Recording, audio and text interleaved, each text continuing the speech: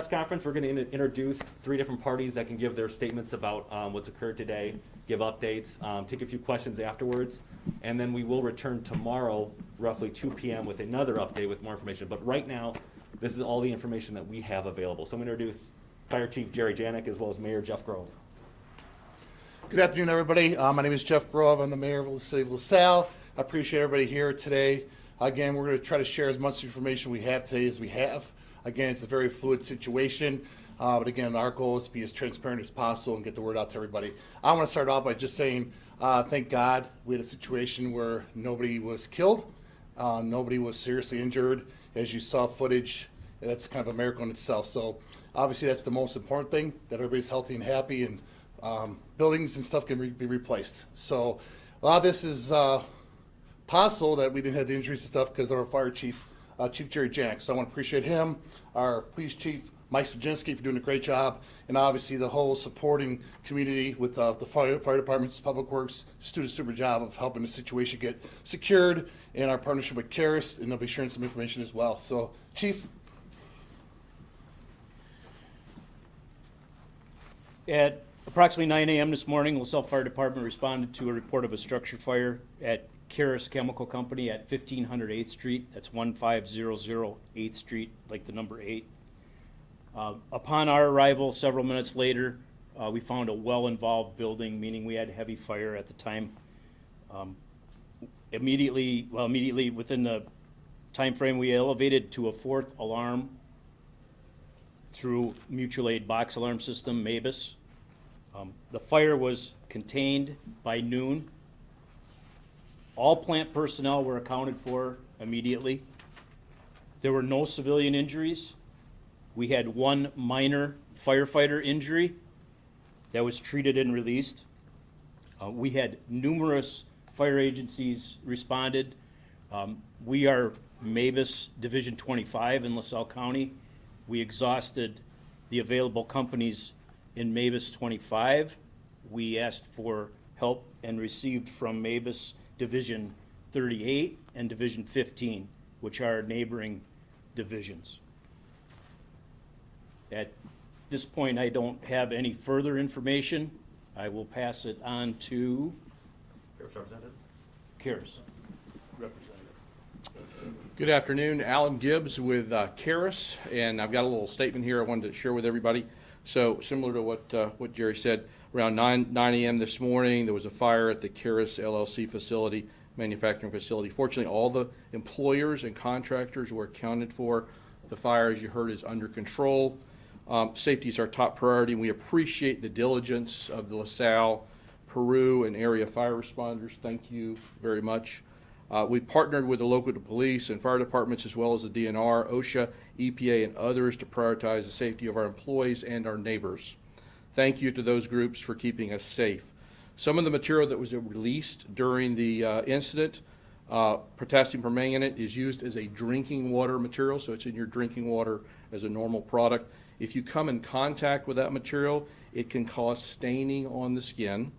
The material can be safely rinsed away with water. This material looks slightly pink or green when it comes first in contact with water. The stain does not pose a health threat, but if you can remove the stain with a 1-to-1 solution of household vinegar and household hydrogen peroxide. It will not take a large amount to remove the stain. It appeared the impacted area is limited to an area north and northwest of the plant. And what we've done, if you have questions, and you know that you will, we set up a hotline that'll be open after 5 o'clock today that you can call, and that's 815-224-6206. I think I'm going to turn it over to... We also have an EPA representative that can give a statement to provide. My name is Robert Kondrick. I'm with the United States Environmental Protection Agency, and I'm an on-scene coordinator. We came to the site around 2 p.m., and I have a few contractors on site that are currently doing some air monitoring upwind to see if there's any residual smoke plume and what would be in that smoke plume. Talking with the chief and some other fire representatives, it appears that no AFFF foam had been used on this site. The runoff from the firefighting extinguishing That has all, from my understanding, been contained on site. And I had Illinois EPA, U.S. Coast Guard was out here, and also some contractors took a walk around to make sure that this product was not going into the Vermilion River. For a quick assessment that we did since we've been on site, it does not appear that this material made it to the Vermilion River. However, we'll continuously monitor this to make sure that that's not happening.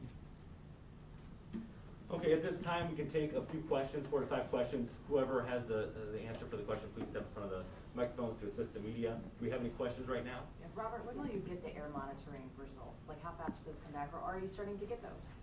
Yeah, so currently there's a team of 2 people, and they're going, I believe, from the Charis Chemical Factory north, which is the wind direction now, and I believe they're going maybe every few blocks or so, and then there's getting real-time sample data. So we'll compile that data and we'll attempt to put it on a website, which we haven't brought up yet. Do you have any of those results preliminarily? I do not. Just as we were starting to come here is when they were starting to go out there. Residents who live around that area, what should they do? Should they still Uh, be cautious? For the incident command, I believe did they have a shelter in place? At the time being, still yes, but that's going to be addressed here real quick. Okay. So I mean, at the time, it's a shelter in place. Once that's released, we'll determine what the next best step is. Is staining the biggest thing that you're worried about, or could people have other issues from it, health issues perhaps? I would defer to the local human health services for that. To follow that up, some people who live around that site had reported having oxidizing on their patio furniture and things outside, perhaps on cars. One woman posted a picture of a chair being eaten through by a substance. Can you guys speak to that? And you said, I can attest to that too. That's kind of why I'm here. We got a bigger plume than everybody else. It went directly over my house. It's this thick on my truck. And you're telling me to clean it up. There's nowhere in my property that I can't touch that has this stuff on it. It's everywhere. I was outside when it happened. It was in my hair, it was on my face, it was on my hands. And you're gonna tell me that this stuff isn't hazardous? It's hazardous. I'm not telling you that. I've seen what it does. Yeah, but you're trying to push it off onto somebody else.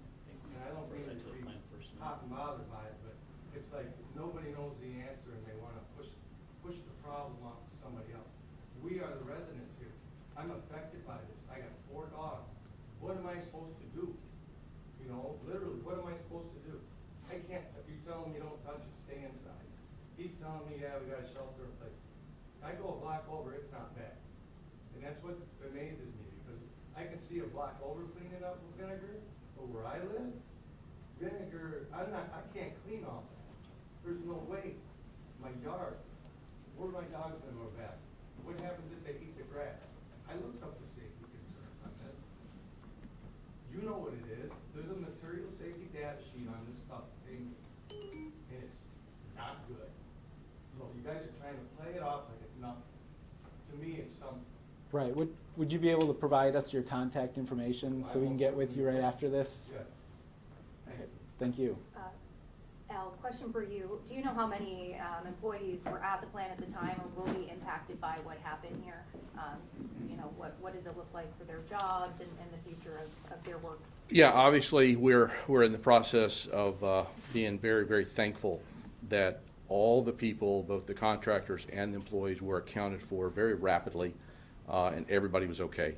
So fantastic news there. Obviously, there's going to be a lot of assessment going on and a lot of cleanup efforts going on. That's going to keep a lot of people busy for quite a while. What is the cause of the fire, the preliminary cause?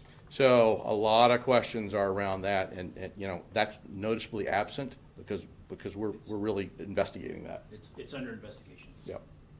you don't have any idea what may have caused it or where in the building it started? It was in our warehouse. In your warehouse? Yeah. And do you have a head count? How many people live in? I don't have that memorized, sorry, but yeah, probably 90, something like that. Sir, can you elaborate on the pink and green substance and try to explain to us what it is and if there are health concerns for that gentleman's concern?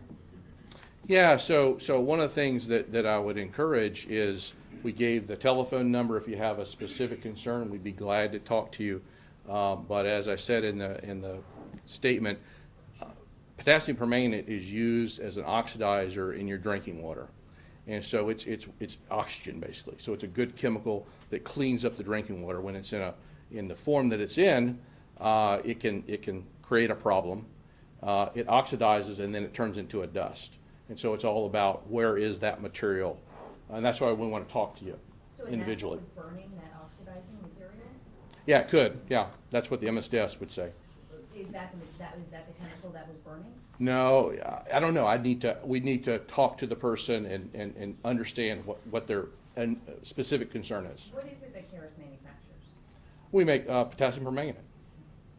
Mayor, can you explain what has this day been like since you first got the call of this and got on scene? Yeah, that's an awesome question, and obviously we all want the same answers to the questions you have. And with today's social media and communication ability, right away I got a picture from my daughter who saw it out the window from her school, and so it doesn't take long, right, for people to know what's going on. We were in the same situation as you all are, as our residents are. Is let's find out what's going on. How is that going to affect us? When we found out it was Charis chemical, we obviously want to know what's going on there as far as health risks outside the actual scene would happen, make sure everybody was good there. But what exactly is the issues after, if there's anything to the air? And that's what we're trying to find out now. I feel pretty comfortable with the Charis statement today, that it sounds like it's a situation where, you're going to have some issues with staining and stuff. We're hoping that's the case, and that's all there is to it. But again, it was a whirlwind day. We want to know the answers just like everybody else did. I had some local or news people that we always like to communicate with, and a lot of times, I couldn't really get back with anybody because we didn't know yet. We were in the same situation as everybody else, and it'd be, not good if I try to give out some information and find out it was false. So I want to make sure, that's why we had this later on today at 4 o'clock. So we have a chance to get some more details, and as you know, we're going to have another one tomorrow at 2 p.m. to try to get even more additional information. But again, it would be irresponsible. We just came out and said, hey, this is what's going on. But it's a lot of moving parts, a fluid situation. We want to know, should the schools be released? Should the schools stay in the full day, right? And those are all things we're working out with the whole community, as well as trying to make sure the main scenes being addressed as far as the fire in the surrounding neighborhood. So a lot going on, a lot of communication. I appreciate. We tried our best. I apologize if we didn't get back to everybody, but we're trying our best to make sure we get that information out, factual information out. Do you know the last time something like this has happened at the plant? I would say probably in the LaSalle Peru area, when we had a New Year's Eve fire at abandoned Westclox facility, hot manufacturer. But again, it was a different situation because, there was not employment there. There were no people in there. It was a storage facility. But Mayor Ken is here from Peru, and he remembers that night. It was, again, a 5-alarm fire where everybody, all hands were on deck. But that was a situation where, again, blessing that there was nobody working in the building at the time. But as far as response by the community, not knowing exactly what's in that building for storage, was probably the same scale as this. But I would say, obviously, with the amount of lives, this is a much more higher scale level compared to the West Sox. But again, that was probably 10 years ago, 11 years ago. What's going to happen with the shelter in place? I think, again, I don't want to speak out of turn, but we're going to justify it and make sure. I think the initial one was, we just did part of the town shelter in place because of where the wind was blowing the smoke. As Mr. Hicks said, it was the north and then west of LaSalle was kind of getting it. So I think we just did more as a precautionary to make sure until we got more information as to what's going to happen. But I'm hoping we'll kind of have the green light on that soon. But again, that's not above my pay grade. So is the shelter in place still in effect then? It is officially. Some people are choosing on their own to, and it's their choice. To reiterate, the shelter in place is we don't want people wandering around the neighborhood right now, especially around that site. And I expect that will hopefully be addressed here very shortly. I think that's the majority of the answers that we have to provide at this time. Just check in local media, make sure there's no residents that have concerns that we're not addressing right now too. Olivia, go ahead. So what should people do now? There's a lot of uncertainty about whether there's health concerns or not. Can they let their pets out? Can they wash their car at a car wash? What should they do next? Would you let your pet out? Yeah. Can you guys elaborate at all right now? There was a lot of circulating conversation this morning about whether there were explosions. Have we determined if there was something that may have caused that anyone can speak to at this time? I probably We say had chief. reports- We did have some reports of explosions on the scene. We believe that they were the cause, the effect of the fire, not the cause of the fire. Afterward, you know, And you it was a said- large, extremely large body of fire when we got on scene initially, so. When do you think there will be an update on the shelter in place? Probably shortly. I believe that with the information that we have here, we're gonna reassess that really quick, and then, you know, at this point, yeah, it's probably gonna be within an hour or so. Have Well, you yeah. experienced something like this before? What was it like? No, Mr. Park? not with the product involved, no. So what was it like, I guess, fighting this fire? How can you describe it? Intense. You know, our people were right up close to it. You know, it was a large structure fire. So you have a large body of fire, a lot of heat, and it takes a lot of manpower to set up your operation and continue it with the amount of water we were flowing, so.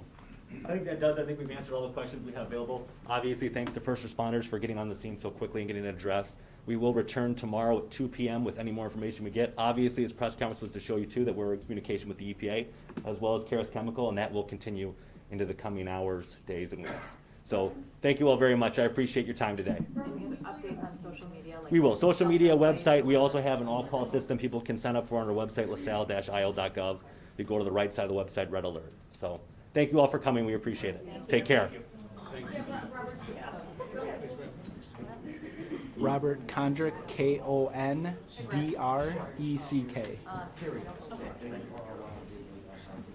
Yeah, I know. Did schools get out and let out? Make sure. I believe that the high school is supposed to be out at 2. Alan, Oh, they were- I don't know that for sure.